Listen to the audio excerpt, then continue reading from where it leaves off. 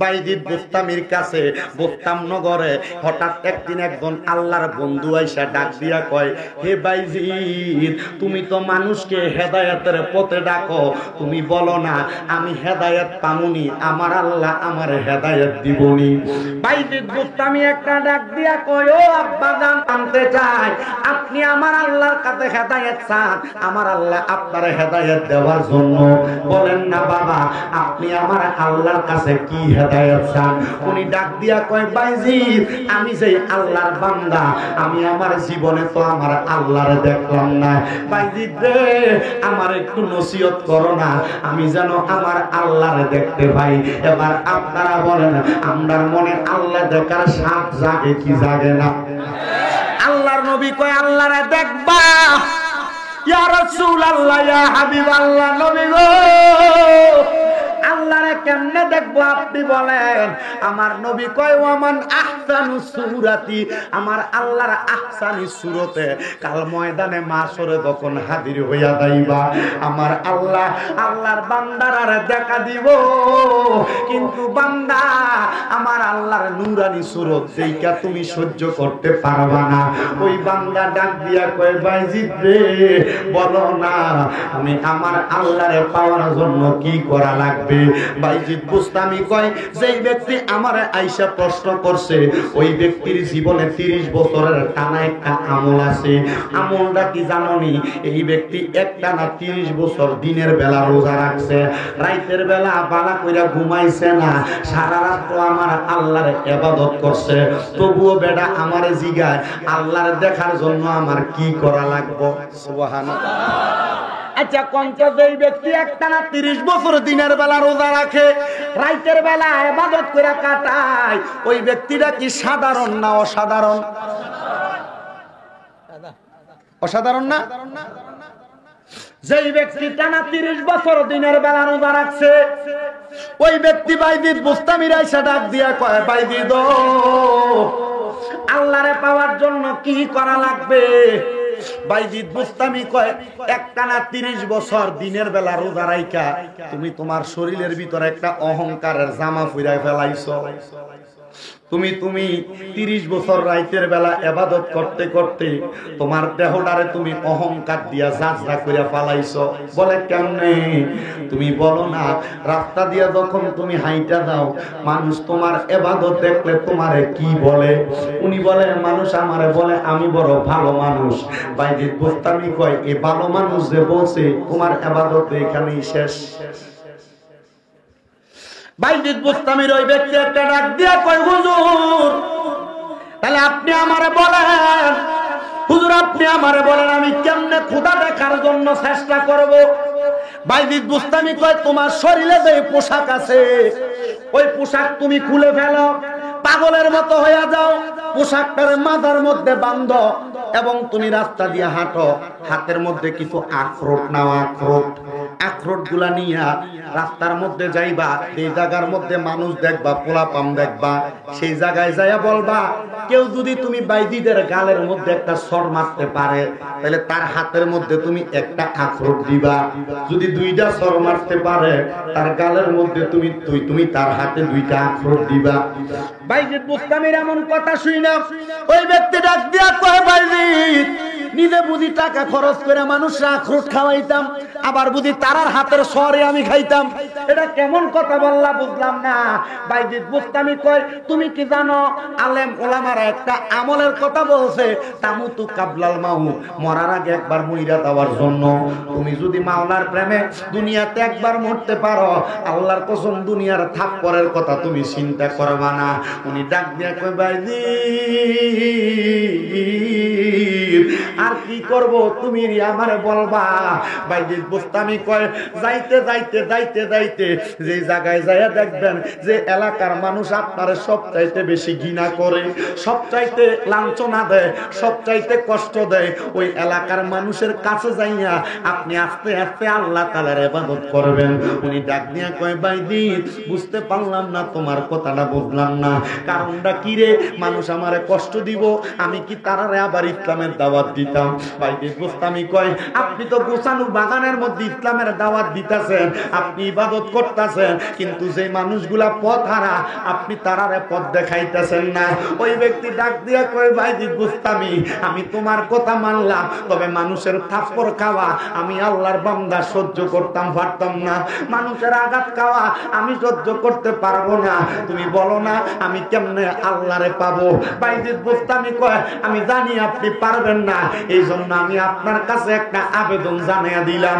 আপনি যদি ওই আল্লাহরে তালাশ করতে চান, ওই আল্লাহরে পাইতে চান, আপনি তাহলে রাত্রবেলা আমার আল্লাহর কাছে নামাজের সিজদার মধ্যে চোখের পানি ফালাইয়া জিজ্ঞাসা করবেন, মাবুদ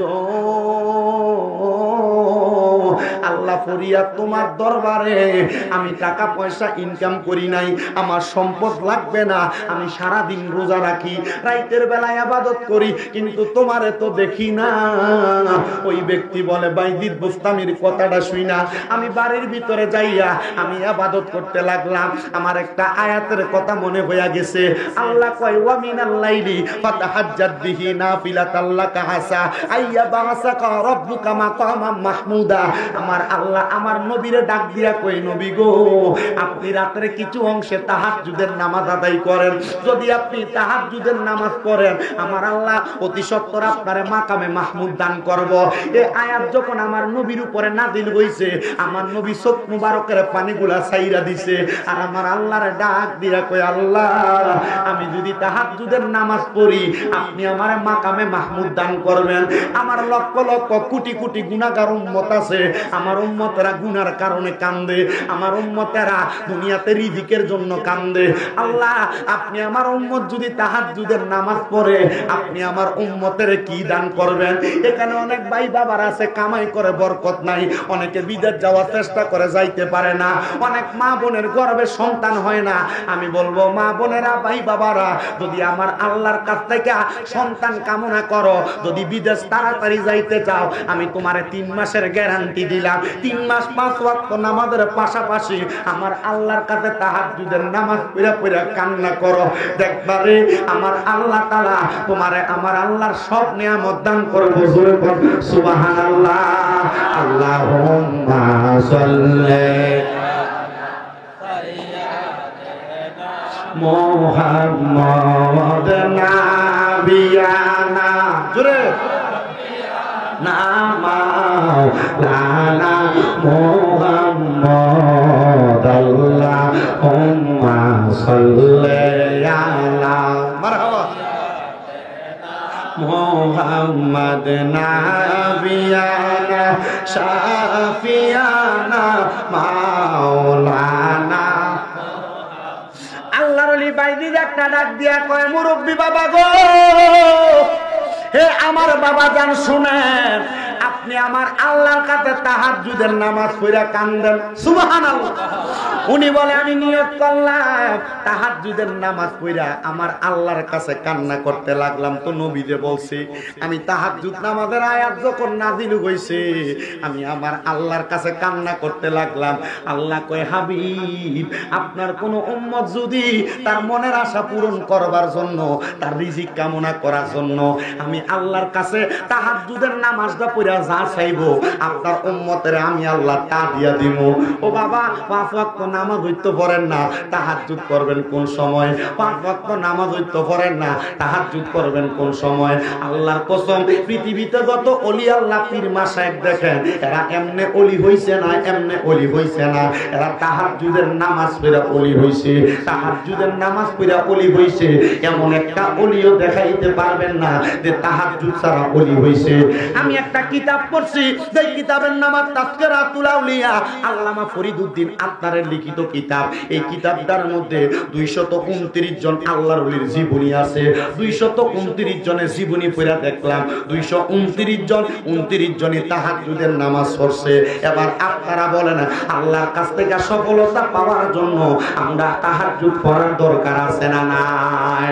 যারা ছাত্র আছেন পড়ালেখা করেন তাহাজ্জুদের নামাজ পড়বেন, যারা ব্যবসা করেন তাহাজ্জুদের নামাজ পড়বেন, যারা চাকরি বাকরি করেন তাহাজ্জুদের নামাজ পড়বেন, যারা পর্দার আড়ালের মা বোনেরা আছেন, সংসারে বরকত চান, তাহাজ্জুদের নামাজ পড়বেন।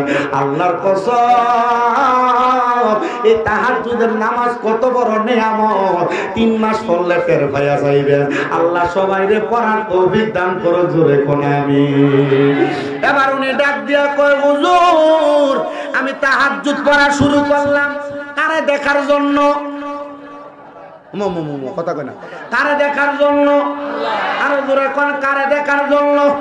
আমি তাহাজ্জুদ পড়া শুরু করলাম। আমি আবার তাহাজ্জুদ পড়ি, আল্লাহরে তো দেখি না। আমি 2 দিন পড়ি, আল্লাহরে তো দেখি না। কিন্তু আমি তাহাজ্জুদের নামাজ যখন 3 মাস টানা পড়লাম, আল্লাহর ওলি বাইজিদের কাছে যাইয়া ডাক দিয়া কইলাম, হে বাইজিদ কি নসিহত করলা? তাহাজ্জুদ পড়ি, আল্লাহরে তো দেখি না। বাইজিদ বুঝতামি কয়, পড়ছেন কেমনে? বলে 2-2 করে 4 রাকাত, 3-4 12 রাকাত তাহাজ্জুদ করছি। বলে পড়ার পরে কি করছেন? পড়ার পরে না আছে, এটা ইলেকট্রিক জিনিস, ডিস্টার্ব হইতে পারে। আমরা মানুষে তো মানুষের মাঝে মাঝে কথা বলতে লাগলে আটকা হাঁটাটা কইরালা না, এটা ইলেকট্রিক জিনিস, এটা মাইনছে বানাইছে, এটা ডিস্টার্ব হইতে পারে না। বৈশাখী মাইক এটা আমরা বালা, আমি জানি যতটুকু সোশ্যাল মিডিয়ায় দেখি, তবে একটু লড়সড়ের দরকার নাই, কারণ মাইনছে ফিরতে গেলে পরে আবার দাবা দিত না তোমরা। আচ্ছা ঠিক আছে, আল্লাহ কবুল করুক, জোরে কোন আমিন, আরো জোরে কোন না আমিন। আপনার কি কষ্ট হইতেছে? ওয়াজ কি ভাল লাগবো মনে হইতেছে? ওয়াজটা কামে লাগবো মনে হইতেছি নি? বাবা আল্লাহর রাস্তে আমার একটা মাহফিলের সিস্টেম, আমি কেউর বিরোধিতা করি না। আমার কাছে কয় হুজুর এইটা হইছে, ওইটা হইছে, ওইটা হইছে। আমি তো বাবা রে, যেটা দেখানো হইছে এটা হেনে ভালো রাখ, আমার যেহেতু স্টেজে তুলবা, আমি বিরোধিতা যেহেতু করি না। আমার কাম হইলো মানুষে 2-1টা হেদায়েতের পথ দেখায় দেওয়ান। মানুষ যদি মনটা চায় মানবো, যদি জান্নাতে যা, যারা আপনারা ওয়াজ শুনতেছেন তাহাজ্জুদের নামাজ পড়ার কারণে যদি কবরে যাওয়ানোর পর আল্লাহ কয় অন্য কিছু কবুল করছি না, তাহাজ্জুদের কারণে তোমারে মাফ করে জান্নাতে দিছি, যাওয়ানোর সময় আমারে লইয়া যাই। ঠিক আছে না? আর কিছু লাগবো? আমারে কোস্তাদ আমারে কয়, বাবা রে তুমি তো পড়ালেখা করো, মাশাআল্লাহ ওয়াজ মাহফিল ভালো করো, মানছন কালা ইবাদত করে না। আমি কইলাম হুজুর কথা সত্য। কয় বাবা ওয়াক্ত নামাজ পড়ে না। আমি কইলাম হুজুর ঠিক আছে মানলাম। তো হুজুর আমারে কয়, আব্বা যেহেতু তুমি ওয়াজ মাহফিলে যাও, মানছে যেহেতু ইবাদত কমে করে, মানছেরে কিছু শিখন আমল শিখিয়ে দিই। কি আমল? কথা কই না, কি আমল? শিখন আমল। কারণ বাঙালি তো অল্প কইরা বেশি ফাইতো চা, মারহাবা কই না, অল্প কইরা কি ফাইতো চা। তা আপনি তাহাজ্জুদ নামাজ পড়ে আল্লাহর কাছে কাঁদবেন, আল্লাহর কসম আজকে না হোক 10 বছর পর হইলে আপনার মনের আশা পূরণ করব। কি জোরে কোন না কে? তাহাজ্জুদ করার দরকার আসেনি, দরকার আসেনি। উনি ডাক দিয়া কয়, আমি পড়ছি 2-2 4 3 12 রাকাত। বলে করছেন কি? তাহাজ্জুদ নামাজ তো পড়ছেন, আল্লাহর কাছে চাইছেন কেমনে? কয় মুনাজাত দুইরা কইছি, আল্লাহ আমি তোমারে দেখতাম চাই, তুমি আমারে দেখা দাও। বলেন গফুর গফার নাম তোমার আল্লাহ, ও আল্লাহ, ও বলেন রহিম রহমান।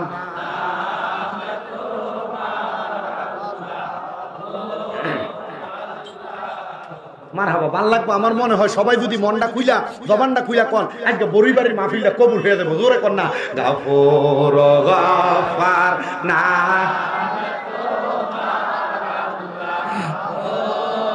আল্লাহ, আল্লাহ, ও বলেন রহিম রহমান। আল্লাহ তুমি পাহাড় ভাঙ্গা সাগর কর, আবার সাগর বইরা নগর কর। কন্যা পাহাড় ভাঙ্গা সাগর কর, আবার সাগর বইরা নগর কর গো। সবই তোমার লীলা খেলা, সবই তোমার লীলা খেলা, ও গো রহিম আল্লাহ, গফুর গফার নাম আল্লাহ, আল্লাহ, আল্লাহ, ও বলে রহিম রহমান।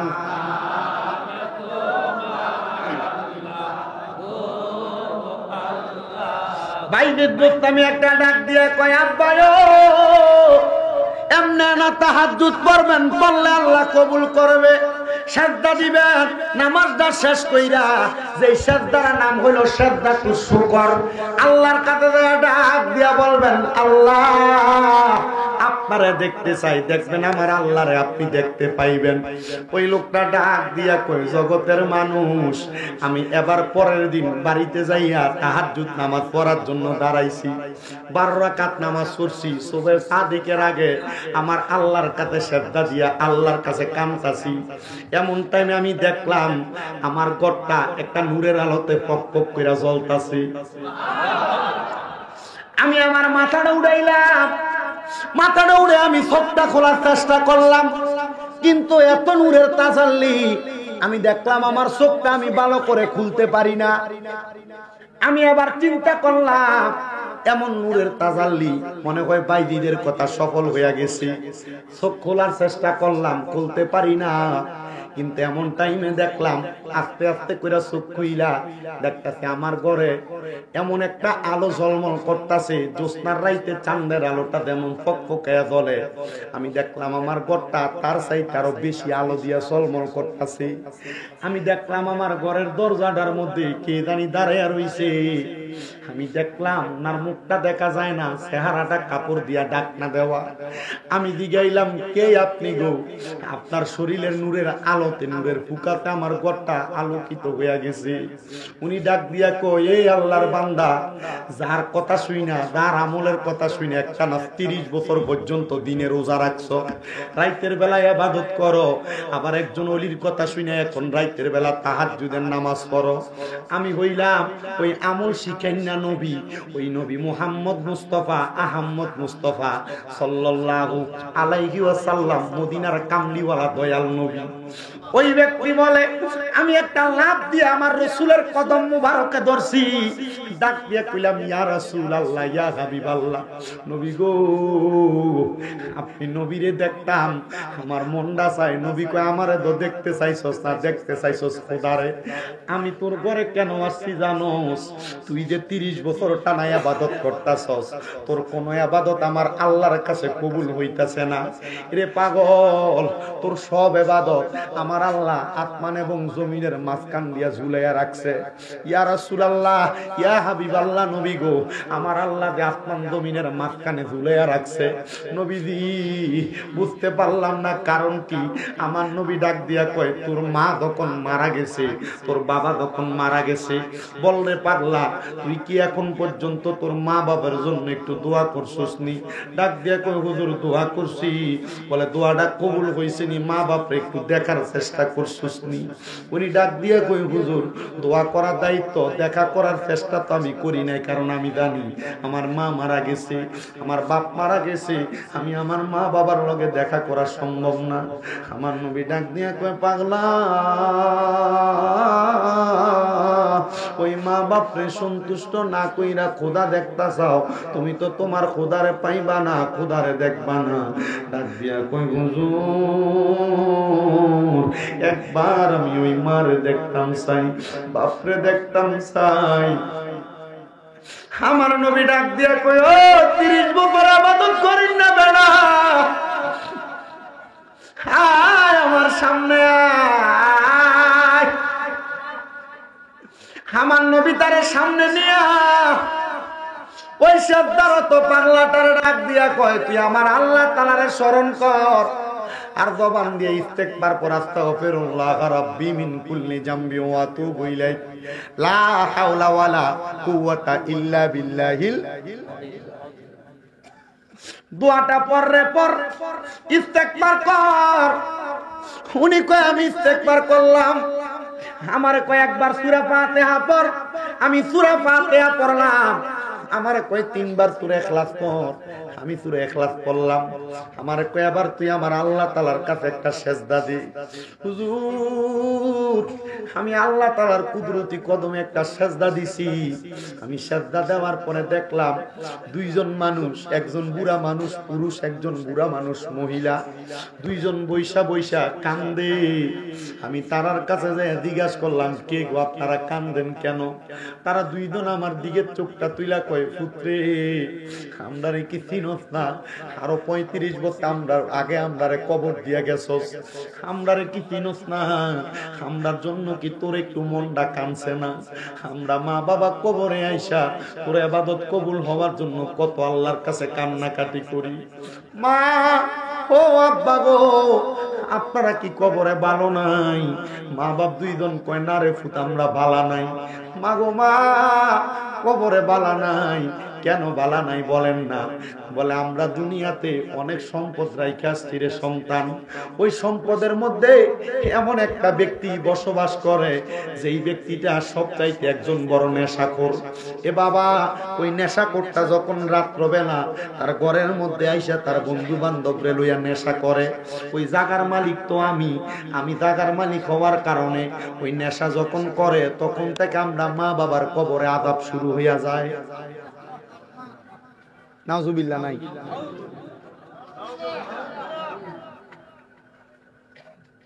আলগাহাটির মানুষ মসজিদ বানাইছেন, যারা মসজিদের জায়গা দিতে তারার কবরের অবস্থা কেমন চিন্তা করেন। জায়গা দিয়ে অন্যার জায়গার ভিতরে যদি আকাম কুকাম হয় ওই ব্যক্তির কবরে আযাব হয়, আর যারা মসজিদের জায়গা দিছে তারার কবরের ভিতরে নাজাতের বাগান হয়। আর জবানটা খুলা ধরে ধরে কইতেন না আব্বা সুবহানাল্লাহ। বাগানো উনি ডাক দিয়া কই আমি আমার মা বাপরে জিগাইলাম, মা তাহলে নেশাখোরটা রাত্রবেলা আমরার জায়গার মধ্যে নেশা করার কারণে আল্লাহ বুঝি আমরার মা বাবার কবরের মধ্যে আযাব দিয়া দেয়, আমি এই মুহূর্তে নেশা করা বন্ধ করবো। সন্তান ডাক দিয়া কয় দৌড়ে গেলাম রে, যে দেখলাম নেশা কইরা জায়গার মধ্যে মাতাল হইয়া ঘুমাইয়া রইছে। আমি তারে টাইনা আমি তার ওইখান থেকে ওই জায়গার বাহিরে পালাইয়া দিলাম, আর বললাম ও এলাকার মানুষ শুনো, আমি 30 বছর দিনের বেলা রোজা রাখি, রাতের বেলা আল্লাহর ইবাদত করি, কিন্তু আমার মা বাপ কবরের আযাবের ভিতরে জ্বলতাছে।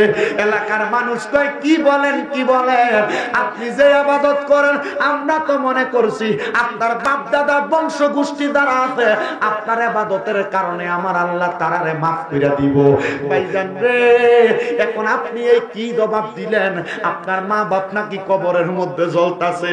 উনি ডাক দিয়া কয় না রে, না না না না, আমার মা বাবার সম্পদের উপরে ওই মানুষটা নেশা করার কারণে আমার আল্লাহ আমার মা বাবার কবরে আযাব দিয়া দিছে। ওই ব্যক্তি বলে এবার আমি কত চেষ্টা করলাম আমার মা বাবার কবরের খবর জানতে, আমার মা বাবা কবরে নেশা করতে দূরে দেওয়ার কারণে বালা আসেনি। আমি আল্লাহর দরবারে তাহাজ্জুদের নামাজ পড়ে কান্দি আর ডাক দিয়া কই মাবুদ ও দয়াল আল্লাহ, আমার মা বাবা কবরে এখন কেমন আছে আমি জানি না। উনিকে আমি আবার তাহাজ্জুদের নামাজ পড়ি আর আমি আমার মা বাপরে দেখি না। মনে রাখবা ও বড়ই বাড়ির মানুষ, মা বাপ যদি কবরে কষ্ট থাকে তখনই কিন্তু তোমার স্বপ্নের ভিতরে আইয়া দেখা দেয়। কোন সময় দেখা দেয়? কষ্টে থাকলে সে কি করে দেখা দেয়। এই জন্য আমি আপনাদের সবার কাছে বলবো রে পরিবারের মানুষ, নিজের মা বাবা আপনারা সম্পদ দিয়া গেছে নাচ গান বাজনা করার জন্য না, আপনারা সম্পদ দিয়া গেছে আপনি ব্যবহার করার জন্য। আপনি কেমনে ব্যবহার করলেন এটা আপনি জানেন, কিন্তু জবাব দেওয়া লাগবে একজনের কাছে। বলেন তিনি কে? বলে কোন তিনি কে? এবার আপনারা বলেন, আপনারা মা বাপদের সম্পদ দিয়া গেছে, এবার যদি আল্লাহর কাছে আপনি জবাব দিতে চান আপনি জবাব দিতে পারবেন না। এবার আল্লাহর বান্দা কয় আমি দৌড়াইয়া বাইজিদ বুস্তামির কাছে গেছি, যাই ডাক দিয়ে কইলাম বাইজিদ আমি আমার মা বাপরে আরেকটা বারের জন্য দেখতে চাই। বাইজিদ বুস্তামি কয় আব্বা সামনে আসেন, আপনি একটু আল্লাহ তাআলার কাছে ফরিয়াদ করেন, মুরাকাবা করেন, মুরাকাবা দেখবেন আল্লাহরে দেখতে পাইবেন। বলে বাবা মুরাকাবা করার জন্য কি করা লাগবে? আল্লাহর নবী শিখিয়ে দেয় মুরাকাবা করার জন্য 1 নাম্বার হালাল খাওয়া লাগবে, হারাম ত্যাগ করা লাগবে, রাখবো, যখন হালাল খাইয়া 5 ওয়াক্ত নামাজ আদায় কইরা আমার আল্লাহর কাছে চোখ বন্ধ কইরা কোনো কিছু দেখার চেষ্টা করবেন, দেখবেন আমার আল্লাহ তাআলা চোখটা বন্ধ করলে আপনার চোখের সামনে সেটা দেখাইয়া দিব। আপনারা যারা এখানে আছেন মাঝে মাঝে চোখটা বন্ধ করে দেখবেন অন্ধকার দেখা যায়। আর যারা মুরাকাবা করুন না, হারাম খায় না, সুদ খায় না, ঘুষ খায় না, পরের হক মাইরা খায় না, যারা নামাজ পড়ে, রোজা রাখে, হজ যাকাত করে, আল্লাহ তাআলার ইবাদত করে, ওই মানুষটা চোখ বন্ধ করলে অন্ধকার দেখে না, মক্কা মদিনা দেখতে পায়। জোরে কোন সুবহানাল্লাহ। এবার আপনারা বলেন, আবার এলাকার ভিতরে অনেক নামাজি আছে সুদ খায়, আছে না নাই? অনেক নামাজি আছে ঘুষ খায়, অনেক নামাজি আছে বাইবাতিদার জমি দখল করে খায়, অনেক মানুষ আছে মিথ্যা কথা কয় আবার নামাজও পড়ে, আছে না নাই? আবার অনেক এলাকায় মসজিদ কমিটির সভাপতি সুদখোর, অনেক এলাকার বেদদার সর্দার মাথা পরে ঘুষখোর, আছে না নাই? বিচারে কেউ 1000 টাকা ফেশন দিয়া দিলে এটা বিচার ঘুরে ফেলায়, আরো জোরে কোন আছে না নাই? বাজানো আমি দেখছি গো, আল্লাহর নবী কইছে একটা কুত্তার চেহারা গুণ থেকে উইটা দেখলে গুনাহ হইতো না, একটা হারামখোর সুদখোর ঘুষখোরের চেহারা দেখলে একটা নামাজি ব্যক্তির বরকত আল্লাহ ক্ষমায়া দিব। এজন্য সাবধান, সুদখোরের লগে বন্ধুত্ব বলেন চলবে? সুদখোরের লগে বন্ধুত্ব চলবে? সুদখোরের সর্দারি চলবে? সুদখোরের সর্দারি চলবে? সুদখোরের বাহাদুরি চলবে? এরা বাহাদুরি করলেও এদের বাহাদুরি মানবেন না, আর আপনার এদিকে দইরা নিয়ে এলাকার সর্দার মাতাব্বর বানান। আল্লাহর নবী কয় উম্মত এরা যতই ইবাদত করুক আমার আল্লাহ তাদের ইবাদত কবুল করবে না। এবার ওই আল্লাহর ওলি ভাই কষ্ট দিতে সামনে রাখ, কষ্ট দিতে সামনে রাখ। ওয়াজ যতক্ষণ করি মনোযোগ দিয়ে শুনবেন, ধৈর্য সহকারে শুনবেন, কারণ আমার ওয়াজের সিস্টেম হইলো একটা বিষয় ধরি শেষ করি, এটার উপর যদি মানুষ আমল করে আলহামদুলিল্লাহ, 10টা 5টা 14টা বিষয় টাইম নামু সারা রাত ছাড় করে দিমু, ফজরের নামাজ কাজ হইব, স্বামী ওয়াজই না। ঠিক আছে? অসুবিধা হইব আপনার? আর আলগাটির মানুষ সমস্যা তো নাই তো? আল্লাহ যেন কবুল করে, জোরে কোন আমিন। ওয়াজটা ধরি একটু মুহাব্বতে দুরূদ শরীফ পড়েন, আল্লাহুম্মা সাল্লি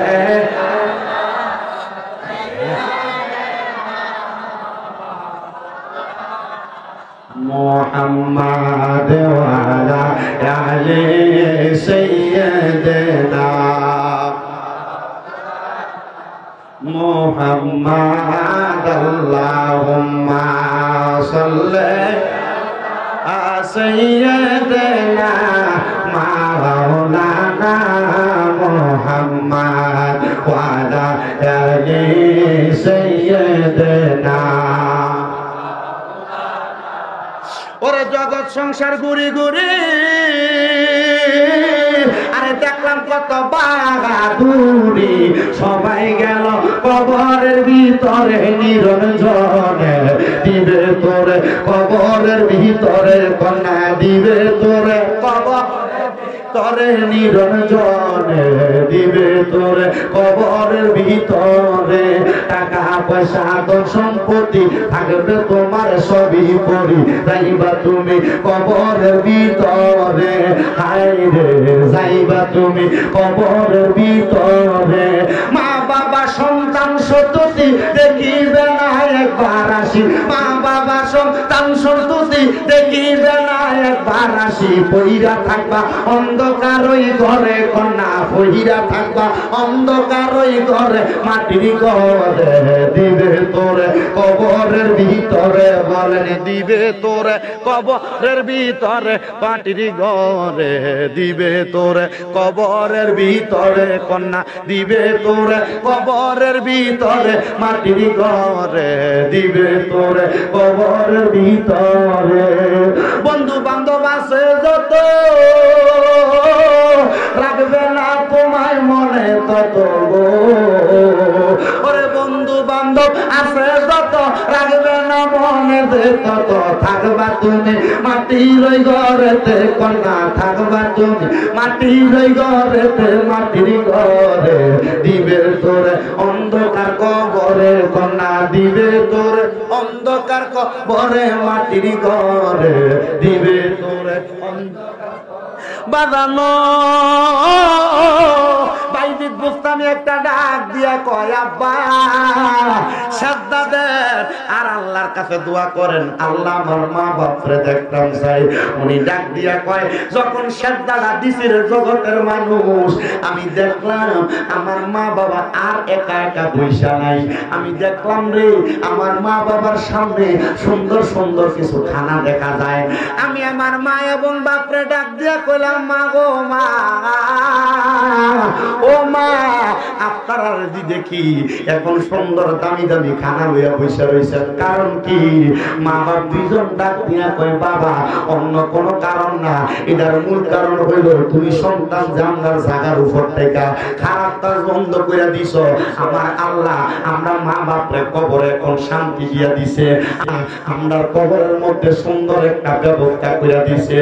আজকের এই মাহফিলে বড়ুই বাড়ি আল্লাহ খাটি মুরহুম কিয়ামউদ্দিন সাহেবের বাড়ির যুবকদের উদ্যোগের ৫৫তম বাৎসরিক ইসলামী সুন্নি সম্মেলনে এমন অনেক সন্তানেরা বসছে যেই সন্তানদের জগতের মধ্যে মা নাই।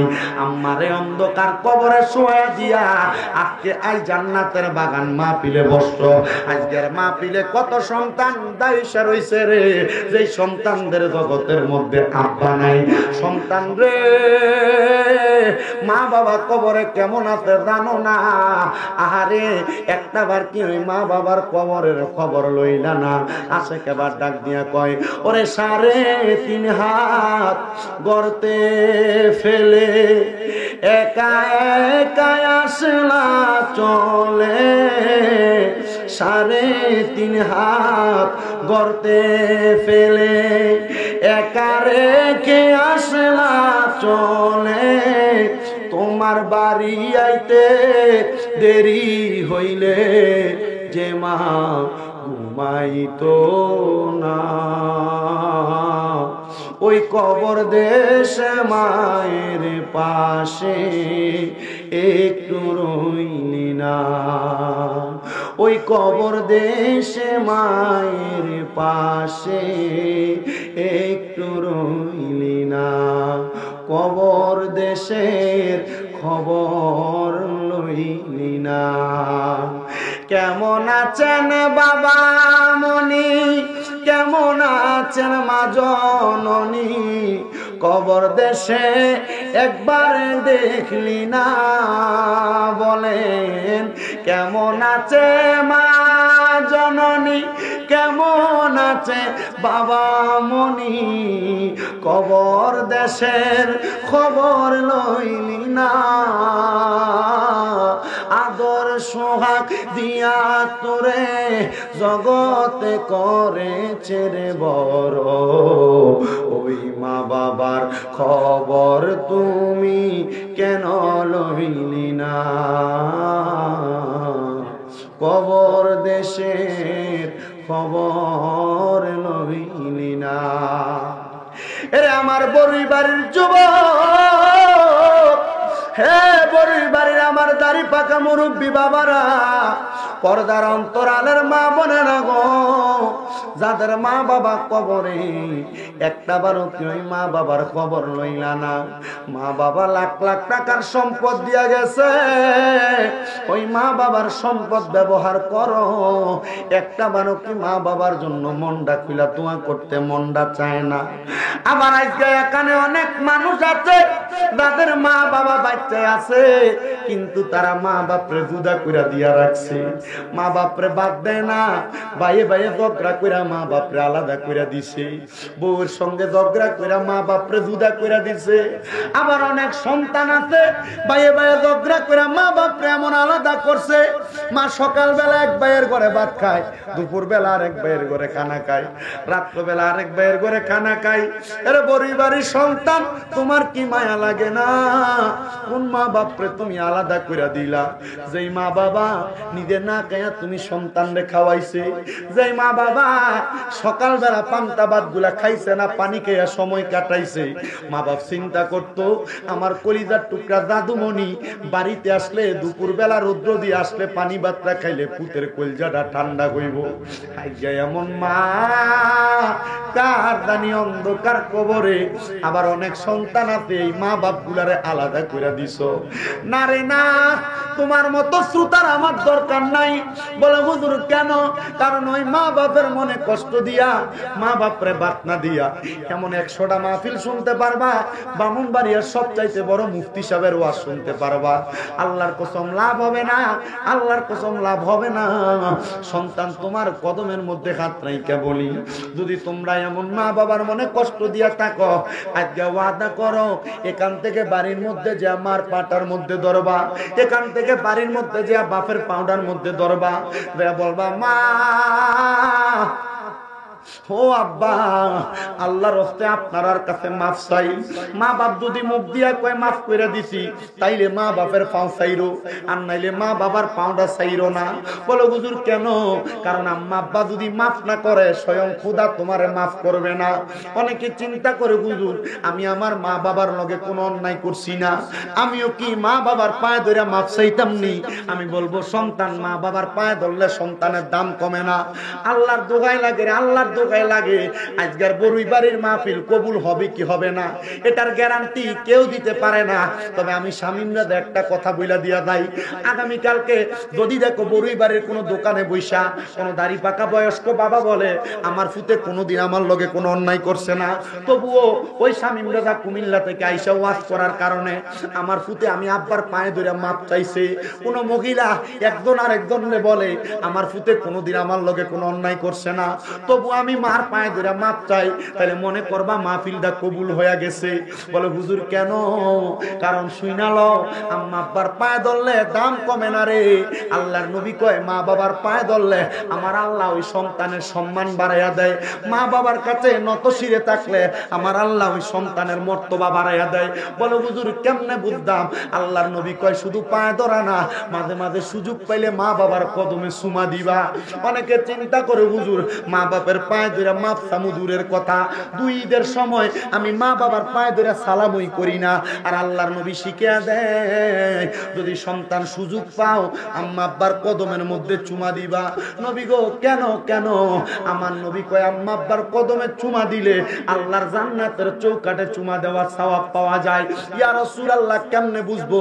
আমার নবী কয় আমি যখন মক্কা থেকে মদিনায় হিজরত করে আইছি, আমার একজন সাহাবী আমি নবীর সামনে দাঁড়ায় গেছে, ডাক দিয়া কই ইয়া রাসূলুল্লাহ ইয়া হাবিবাল্লাহ নবী গো আমার একটা শখ, আমি মক্কা শরীফের চৌকাঠে চুমা দিমু। নবী আমি দোয়া করছিলাম, আমি নিয়ত করছিলাম যদি মক্কা বিজয় হয় আমি মক্কার চৌকাঠে যাই একটা চুমা দিয়ে আসমু।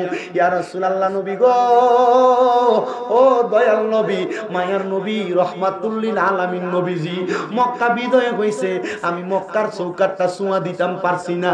নবী গো আপনি তো মদিনায় আসছেন, আপনি যেদিন মদিনা থেকে মক্কায় যাবেন আপনি আমার আপনার সাথে মক্কায় নিয়ে যাবেন। আল্লাহর নবী তার ওয়াদা দিলেন ঠিক আছে তোমারে নিয়ে যাওয়া হবে। কিন্তু নবীজি মক্কায় আসা 3 দিন পরে আবার মদিনা থেকে মক্কার উদ্দেশ্যে রওনা দিছে। আল্লাহর নবী রাহমাতুল লিল আলামিন নবী যখন মদিনা থেকে মক্কা রওনা দিছে, এবার ওই সাহাবীর কানে খবর আসছে নবী না কইছে তোমারে মক্কায় নিয়ে যাইবো। নবী একা একা মক্কায় চলে যায়, ওই সাহাবী দৌড়ে আমার নবীজির কদমের সামনে যায় কয় ফিদাকা আবি ওয়া উম্মি ইয়া রাসূলুল্লাহ, নবী গো আমার মা বাবা আপনার কদমে কুরবান হোক। ইয়া রাসূলুল্লাহ ইয়া হাবিবাল্লাহ, নবী গো আমি আপনার সঙ্গে কোনো অন্যায় করছি নি। আমার নবী কয় না ইয়া রাসূলুল্লাহ কোনো বেয়াদবি করছি।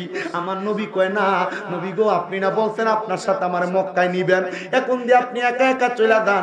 আমার নবী কয় আজকে 3 দিন তুমি মদিনাতে আসো না, যখন আমি 3 দিন তোমার মদিনাতে দেখি না, আমি আমার একটা সাহাবীরে খবর পাঠাইছি যে দেখো না আমার ওই কলিজার টুকরা সাহাবীরা কেন মদিনাতে আসে না।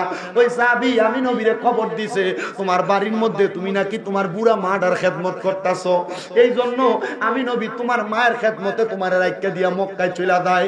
সাহাবী ডাক দিয়া কই নবী গো যে আল্লাহ আমারে বানাইছে আমার মারে বানাইছে, আমি ওই আল্লাহর কাবা ঘর দেখবার লাগা যামু, আপনি আমারে আমার মার কাছে ফালাইয়া দিয়া চলে যান। নবী গো আমার মার থেকে কাবার থেকে কি আমার মার দাম বেশি নাকি? আল্লাহর নবী কয় কলা নাম অবশ্যই তোমার মার দাম দামটা বেশি। ইয়া রাসূলুল্লাহ, আমার মার কাছে আমি থাকলে আমার মক্কায় যাওয়ার চাইতে বেশি তো হবে গো নবী। কই হবে? ইয়া রাসূলুল্লাহ, ও নবী, ও দয়ার নবী, আমি আপনার সঙ্গে মক্কায় যাইতেছি, আপনি আমার আপনার সাথী বানায় নিয়ে যান। এবার আমার নবী প্রশ্ন করে, কলিজার টুকরা মানুষ, তুমি কেন মক্কায় যাইবা নবী গো? মক্কা শরীফের চৌকাটটার ভিতরে চুমা দিবার লাইগা। আমার নবী কয়, বাড়িতে মা বাপ, মা তো বাচ্চায় আছে, বাড়িতে যাইয়া আম্মা জানের কদমের মধ্যে চুমা দিবা। ইয়া রাসূলুল্লাহ, মার পায়ে তো চুমা দিতাম চাইছি না, মক্কার চৌকাটে না চুমা দিতাম চাইছি। আমার নবী কয়, যা ওই মায়ের পায়ে চুমা দিলে আমার আল্লাহ তোর আমলনামায় জান্নাতের চৌকাটে চুমা দেওয়ার সওয়াবটা লিখা দিব। এ সন্তান, ওই মা বাবার পায়ে ধরতে তোমার শরম লাগে? ওয়াদা করো, যদি অন্যায় করো আর না করো, এখান থেকে বাড়িতে যে মা বাপের পায়ে ধরে মাপ চাইবা। মা বাপের পায়ে ধরলে সন্তানের দাম কমে না, মা বাপের পায়ে ধরলে সন্তানের ইজ্জত কমে না। আম্মা আব্বার কাছে নত হইলে আমার আল্লাহ দুনিয়াতে তোমারে বড় বানিয়ে দিব। এই সন্তান আবদার জানাই। অনেকে চিন্তা করে, হুজুর যাদের বাড়িতে আব্বা আছে তারা বাড়িতে যা বাবার পায়ে ধরে মাপ চাইবো, আমার তো আব্বা নাই, আমি কার পায়ে ধরে মাপ চাইবো? হুজুর যাদের বাড়িতে মা আছে তারা বাড়িতে যে আমার পায়ে ধরে মাপ চাইবো। হুজুর আমার তো মা নাই, আমি কার পায়ে ধরে মাপ চাইবো? বন্ধুরে, অল্প কিছুক্ষণ পরে আখিরি মুনাজাত হবে। ওই মুনাজাতের মধ্যে দোয়া করা হবে। আল্লাহর নবী কয়, কোন সন্তানের যদি মা না থাকে, আব্বা না থাকে, ওই সন্তান যদি আল্লাহর কাছে মুনাজাত করে দোয়া করে, রব্বির হামহুমা কামা রব্বায়ানি সগীরা ওয়া কুর রব্বির হামহুমা কামা রব্বায়ানি সগীরা, ওই দোয়াটা কইরা ফুতে যদি চোখের মণিকোটার মধ্যে একটা মাটির মাথা পরিমাণ পানি ছাইরা দিয়া কান্না করে, ওই পানিটা মাটিতে পড়ার আগে আমার আল্লাহ তার মা বাবার জীবনের গুনাহ মাফ কইরা দেয়। এ আমার এই বরুইবাড়ি এলাকার সন্তানের দলেরা, তোমার বুঝি মা অন্ধকার কবরে, তোমার আব্বা নিজের মাথার গাম পায়ে পালাইয়া তুমি সন্তানরে মানুষের মতো মানুষ করছে। তোমার আব্বা নিজে না খায়া তোমারে খাওয়াইতে, আব্বা দা নিজের দিনে নতুন কোনো জামা কাপড় পরছে না, তুমি সন্তানরে দামি জামা কাপড় কিনা দিছে। তোমার আব্বারে যদি কেউ জিগাইতো, আপনি যে নতুন জামা কাপড় কিনেন না, আব্বা উত্তর দিত, এখন কি আর আমরা নতুন জামা কাপড় পরার বয়স আসেনি? আব্বা অভাবের কথা বলতো না। সন্তান আজ্ঞা তুমি লাখ লাখ টাকার মালিক, কিন্তু তোমার আব্বারে 500 টাকা দিয়ে কিনে একটা লুঙ্গি পরাইতে পারো না। এই সন্তান পরাইবা কেমনে? তোমার আব্বা জান অন্ধকার কবরে। সন্তান রে, তোমার মা মুরগির ডিমটা বেচা তুমি পুতের হাতে 10-5 টাকা তুইলা দিছে, আজকে তোমার মা অন্ধকার কবরে। আম্মা জান সিরাত ছাকা পট্টারে হাতে সুই সুতা দিয়া শিলেয়া শিলেয়া পড়ছে। তোমার ব্যাংকে টাকার অভাব নাই, ঘরে টাকার অভাব নাই, তোমার চোখের সামনে কত নারী হাঁটা চলা করে, কিন্তু তুমি তোমার মারে 500-1000 টাকা দিয়া একটা দামি কাপড় কিনা পরাইতে পারো না। সন্তান, এই টাকা দিয়া কি করবা যদি তুমি তোমারে টাকা পয়সা দিয়া তোমার মা বাপরে শান্তি না দিতে পারো? আল্লাহর দোহায় নামাজ বিফলে যাবে, রোজা বিফলে যাবে, হজ যাকাত দান সদকা বিফলে যাবে যদি ওই মা বাবার কলিজাতে মনের মধ্যে আঘাত দাও। হযরতে আবু হুরায়রা রাদিয়াল্লাহু তাআলা আনহুর জীবনী পড়তে যে আমি দেখলাম, আবু হুরায়রা রাদিয়াল্লাহু তাআলা আনহু কয়, আমি যখন নবীজির দরবারে আসা যাওয়া করতাম, আমি দেখতাম রে আমার দয়াল নবী রাহমাতুল লিল আলামিন নবীজি মানুষকে কত সুন্দর ইসলামের দাওয়াত দেয়। একদিন আমি আবু হুরায়রার কাছে নবীর ইসলামের দাওয়াতটা পছন্দ হয়ে গেছে। আমি আমার নবীরে কইলাম, ইয়া রাসূলুল্লাহ, ইয়া হাবিবাল্লাহ, নবী গো, আপনার ইসলাম ধর্ম আমার কাছে বড় ভালো লাগে। এই মুহূর্তে আপনি আবু হুরায়রা আপনি ঈমানদার বানায়া দেন, আপনি আমারে কালেমা পড়ায়া দেন। আমার নবীকে আবু হুরায়রা পড়ো, লা ইলাহা ইল্লাল্লাহ মুহাম্মাদুর রাসূলুল্লাহ সাল্লাল্লাহু আলাইহি ওয়াসাল্লাম। আবু হুরায়রা কয়, আমি কালিমা পড়ছি, কালিমা পড়ে যখন আমি বাড়িতে গেছি, আমি দেখলাম আমার ঘরের দরজাটা খোলা, কিন্তু ঘরের সামনে যাওয়াতে আমার মা ঘরের দরজাটা বন্ধ করে ফেলাইছে। আবু হুরায়রা কয়, জগতের মানুষ তোমরা শোনো, আমি অনেকক্ষণ ঘরের সামনে দিয়ে সালাম দিলাম, আসসালামু আলাইকুম ওয়া রাহমাতুল্লাহ, আমার ঘরের দরজা খোলে না। আমার মা ইহুদি, আমার মা অল্প কিছুক্ষণ পরে দরজা খোলার পরে আমি ঘরে ঢুকছি। আমার মা কয়, আবু হুরায়রা, বাপ দাদার ধর্মের ভিতরে তুই সুনকালি লাগাইছ। আবু হুরায়রা কয়, মা, যেই ধর্মের ভিতরে মজা নাই আমি ওই ধর্ম মানতে চাই না গো মা।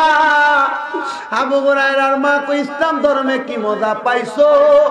মা গো, ইসলাম ধর্মে এত মজা, মারা যাওয়ার পরে ঠিকানা হয় জান্নাত। আবু হুরায়রা কয়, আমি আমার মার কাছে যখন এই কথা বললাম, মরুভূমির বাবলা কাটা দিয়া পাথরের চিপাই চিপাই যে কাটাগুলা হয়, ওই কাটা দিয়ে আমার মা আমার পিঠে মারছে। আমি আমার নবীজির দরবারে গেছি। আমার নবীজি বলে, আবু হুরায়রা, বাড়িতে যাওয়ার পর বুঝি তোমার আম্মা, তোমার পরিবার তোমার আঘাত করছে। আবু হুরায়রা কই, ইয়া রাসূলুল্লাহ, ইসলামের জন্য আঘাত পাইলেন, আপনি বলছেন আল্লাহ তাআলা পুরস্কার দেয়। নবী গো, ইয়া রাসূলুল্লাহ, ইয়া হাবিবাল্লাহ, এই কষ্ট আমার কোনো কষ্ট না। এমন ভাবে প্রত্যেকদিন আবু হুরায়রা মারে, কিন্তু একদিন আবু হুরায়রা আল্লাহ রাসূলের দরবারে যাইয়া চোখের পানিগুলা পালায়া পালায়া কান্দে। নবী আমার ডাক দিয়া কয়, আবু হুরায়রা, আজকেও বুঝি মা মারছে, আঘাত করছে, এই জন্য বুঝি তুমি কান্দো। আবু হুরায়রা কয়, নবীজি, না ইয়া রাসূলুল্লাহ, আমি এই জন্য কান্দি না, আমি একটা কারণে কান্দি গো নবীজি। আমার পিঠের মধ্যে আমার মা প্রত্যেকদিন মারলে বাবলা কাটার আঘাতের রক্তগুলা বের হয়, আমি এটার কষ্টে কান্দি না, কষ্ট সহ্য করতে করতে আমার অভ্যাস হয়ে গেছে। ইয়া রাসূলুল্লাহ, আমি কান্দি এই জন্য, আপনি নবী কত ইহুদির আল্লাহকে দোয়া করছেন, কত মানুষের জন্য দোয়া করছেন, আপনি নবী দিয়ে আমার মার আল্লাহকে একটু দোয়া করেন না। আবু হুরায়রা আমার নবী কয়, কি রে আবু হুরায়রা, আম্মা তোমারে মারে, তুমি যে ওই মার লাগে দোয়া চাও। আবু হুরায়রা কয়, ইয়া রাসূলুল্লাহ, নবী গো, ইসলাম ধর্ম গ্রহণ কইরা আপনি নবী না বলছেন, বিকৌলি লা ইলাহা ইল্লাল্লাহ ফাদাখালাল জান্নাহ, কেউ যদি জবান দিয়া লা ইলাহা ইল্লাল্লাহ মুহাম্মাদুর রাসূলুল্লাহ পড়ে, ওই ব্যক্তি জান্নাতে যাইবো। নবী গো, জান্নাতে তো মজার জায়গা, আমি আবু হুরায়রা আমার জনম দুঃখী মারে সারা জান্নাতে থাকতে চাই না। আল্লাহর নবী হাত তুলছে, দোয়া করছে, আল্লাহ আমার আবু হুরায়রার মারে তুমি হেদায়েত দান করো। আমার নবীজির সামনে আবু হুরায়রা বসা, আমার নবী দোয়া করতে দেরি, আবু হুরায়রা আমার নবীর সামনে থেকে উঠে একটা দৌড় মারছে। সাহাবায়ে কেরাম সামনে দিয়ে আটকাইছে, কি রে আবু হুরায়রা, কইলা না আমার নবী তোমার মার লাগা দোয়া করার জন্য, এখন দিয়ে তুমি দৌড় মারলা। আবু হুরায়রা কয়, আমি দৌড় মাইরা তাড়াতাড়ি আমার বাড়িতে যাব। আবার নবী আবু হুরায়রা, বেতার জ্বালা সহ্য হয় না, এজন্য বুঝি তুমি বাড়িতে চলে দাও। আবু হুরায়রা কয়, নবী গো, আমি এই জন্য বাড়িতে যাই না, এই জন্য বাড়িতে যাই না, আমি তাড়াতাড়ি বাড়িতে যাইয়া দেখমু আমি আবু হুরায়রা আগে বাড়িতে গেছি না রাহমাতুল লিল আলামিনের দোয়াটা আগে বাড়িতে গেছে। জবানটা খুলে জোরে জোরে বলেন সুবহানাল্লাহ। আবু হুরায়রা কয়, জগতের মানুষ, ও জগতের মানুষ, আমি তাড়াতাড়ি বাড়িতে গেলাম। অন্যদিন দেখতাম আমার ঘরের দরজা আমার জন্য বন্ধ, কিন্তু আজকে দেখে আমার ঘরের দরজা খোলা। আমি ঘরে ঢুকছি, আমি যে দেখলাম আমার মার মাথার চুলগুলা বায়া বায়া পানি পড়তাছে। সুবহানাল্লাহ। আমি আবু হুরায়রা ঘরে ঢুইকা সালাম দেই প্রত্যেক দিন, কিন্তু কোনো জবাব দেয় না। আজকে সালাম দিলাম, আসসালামু আলাইকুম ওয়া রাহমাতুল্লাহ, দেখি আমার ঘর থেকে কি জানি জবাব দেয়, ওয়া আলাইকুম আসসালাম। সুবহানাল্লাহ। আমি এবার ঘরে ঢুকলাম, দেখলাম আমার মা ছাড়া ঘরে কেউ নাই। আমি জিগাইলাম, মা, জবাবটা দিল কে সালামের? মা কয়, আমি দিছি রে বাবা। আমি জিগাইলাম, মা, আজকে তুই দরজা বন্ধ করলেন না, আজকে কি আপনি আপনি আমারে মারবেন না। আমার মা ডাক দিয়ে কয় আবু হুরায়রা প্রত্যেকদিন তোরে আমি মারি, প্রত্যেকদিন তোমারে আমি আঘাত করি, আজকে আমি চিন্তা করলাম আবু হুরায়রা ইসলাম ধর্মে কি মজা পাইছে। আমি আমার আবু হুরায়রারে এই মুহূর্তে আসার পরে আমি বলবো আবু হুরায়রা তুমি আমারে কালিমা পড়াও, আমি ইসলাম ধর্মের মজা নিতাম চাই, ইসলাম ধর্মে কত শান্তি, আমি মা এটা গ্রহণ করতে চাই। আবু হুরায়রা কয় আল্লাহর কসম রে জগতের মানুষ, আমার নবীর দোয়াটা কবুল হয়ে গেছে গা। আমি আমার মারে নবীর দরবারে নিয়া কালেমা পড়াইয়া দিছি। ওই আবু হুরায়রা সাধারণ কোন ব্যক্তিত্ব না, তারা মাদ্রাসায় পড়ে আলেম ওলামা দিগাইও। হাদিস শরীফের অধিক বর্ণনাকারীদের মধ্যে আমার আবু হুরায়রা একজন বর্ণনাকারী। হাদিস শরীফ পড়লে দেখবেন ইমাম সাহেবরা কয় আন আবি হুরায়রা রাদিয়াল্লাহু তাআলা আনহু, এটা সেই আবু হুরায়রা। আবু হুরায়রা কয় আমি আমার মার জন্য দোয়া করছি, অল্প কিছুদিন পর আমার মাটা মারা গেছে। আমি আমার নবীরে কইলাম ইয়া রাসূলুল্লাহ ইয়া হাবিবাল্লাহ, নবী গো আমার মা তো ইহুদি ছিল, অল্প কিছুদিন আগে ইসলাম ধর্ম গ্রহণ করছে, আমার মাটা কবরে কেমন আছে আমি জানি না। আমার নবীকে আবু হুরায়রা তাহাজ্জুদ করে দোয়া করলে আল্লাহ তোমার মারে দেখাইবো। আমি আবু হুরায়রা দেখছি আমার মা জান্নাতের মধ্যে সুন্দর খানা খাইতাছে। এ যুবক এ মুরব্বী বাবাজিরা, আবু হুরায়রার দুয়ার বরকতে আল্লাহ যদি মারে হেদায়েত দিয়া কবরে যাওয়ার পর জান্নাত দিতে পারে, একটা বার কি তোমার মার জন্য মনটা কান্দে না? একটা বার কি তোমার আব্বার জন্য তোমার মনটা কান্দে না? ওই মা বাবা অন্ধকার কবরে শুয়া রইছে, তোমার লাখ লাখ টাকার জায়গা জমি বাড়ি দিয়া গেছে, মা বাবা অন্ধকার কবরে শুয়া রইছে, তুমি সন্তানরে হাজার হাজার টাকার সম্পদ দিয়া গেছে।